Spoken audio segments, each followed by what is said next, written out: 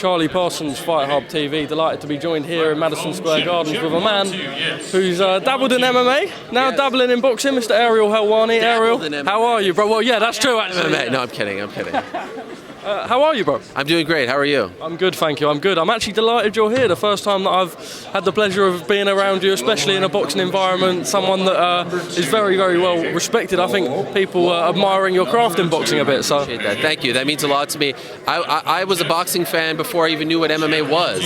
I grew up in Montreal, which is a huge boxing town. Great fighters like Arturo Gatti in Montreal, great fighters like the Grant brothers in Montreal. So anytime I get to do anything in the sport of boxing is a really big deal for me.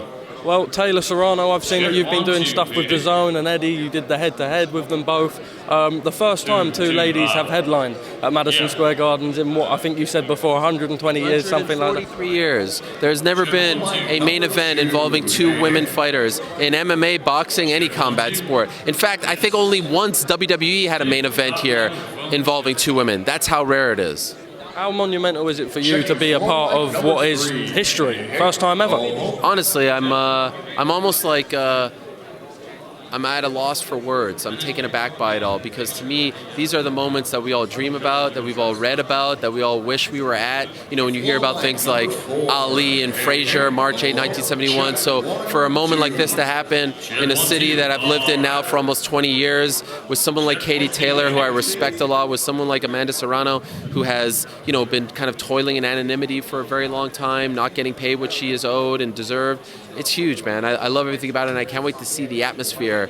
Puerto Rican fans, Irish fans. It's going to be fantastic, man. I can't wait. I've got to ask you about working with Eddie Hearn. We know he's a character. He's you either love him or you hate him. Someone that whatever happens, the views come in. How have you enjoyed working with Eddie in this fight week? And I think you've done a little bit before. I think I've seen him on your show before.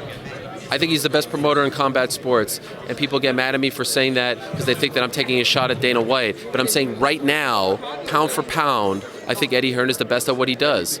Dana White, as great as he is, he's top 5 greatest promoters of all time. But let's be honest, the fastball has lost a few miles on it. You know, he's throwing 85, Eddie's throwing 99. I see this guy doing interviews with every single person, and not only talking about the main event, he's talking about the first fight of the night all the way to the top. So I think he's the best right now. I love his passion. I love what he's doing for the sport. I love that he wants to beat everyone. It's pretty incredible to watch. There's a lot of great promoters. I'm not trying to take away anything from anyone, but I think right now he's number one. Well, I've got to ask you about comments made by Kamaru Usman's manager towards Canelo. Obviously, I spoke to Eddie about it yesterday. He said anyone that dares criticise Canelo's resume needs to have a look properly at boxing. Something that he made out that, look, he's fighting guys with 5,000 followers. You know, you can't... It's a clown comment. First of all, with all due respect, like, how dare you disrespect Dimitri Bivol? Like, Dimitri Bivol versus Kamaru Usman isn't necessarily a fair fight. Come on now. We know what they're trying to do. Kamaru Usman is the #1 pound-for-pound fighter in mixed martial arts. He's incredible. Don't devalue yourself. If you're trying to get this fight, get the fight. But don't come across like a jackass because you're letting your manager do the talking for you. Kamaru Usman is incredible. He's amazing. He's #1 pound-for-pound. He's undefeated in the UFC. He's beaten everyone. He's beaten them twice. Colby, Masvidal, all these guys. But Ali's just trying to get a fight for his client, and he's doing it in a very poor way and in an embarrassing way. And look what happened. He got dunked on by Canelo. And what does that thing have? Like 100,000 likes? I mean, it was clown stuff.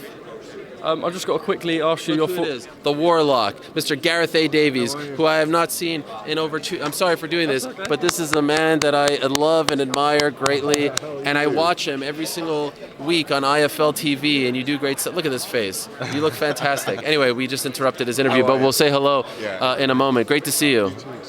You're the man. I've got to ask you. You know Gareth, right? I do know Gareth. Legend. I've got to ask you about Tyson Fury. Lastly, sick fan stoppage of Dillian White. I imagine you would have watched it again and again. Tyson does it. Deliver him. Not only did he deliver in the ring, what a scene, right? 94,000 people, incredible. I don't think he's going to retire, but I want to see him fight Francis Ngannou because I want Francis to get that payday as well. So yeah, this is not the last that we've seen of Tyson Fury. He's too good. He's too young. He's in his prime. He's making way too much money, but he has come a very long way in the last 3 years. So all credit to him. Incredible stuff. Great card. I thought it was a lot of fun. Shout out to BT Sport. They put on a tremendous production. I hope that Joshua fights Usyk in July. He fights the winner, but before he does that, we get to see Ngannou versus Fury to find out who, in fact, is the true baddest man on the planet. Do you give Ngannou a chance in boxing? A lot of boxing fans don't. Yeah, because they're going to fight with MMA gloves, supposedly. So why not? It's a different type of thing. Hey, if they let some knees and some kicks, anything. Tyson seems to be open to this sort of thing, which I give him a lot of credit for. Because look, with Canelo and Usman, it's kind of like Usman's tugging at his coattails. In this regard, Tyson's bringing him in. He's doing an interview with ESPN. He's like, come here, Francis Ngannou. Let me give you the rub. He wants to entertain. Yes, that's significant. Ariel, thank you very much for your time. First of many. Can I get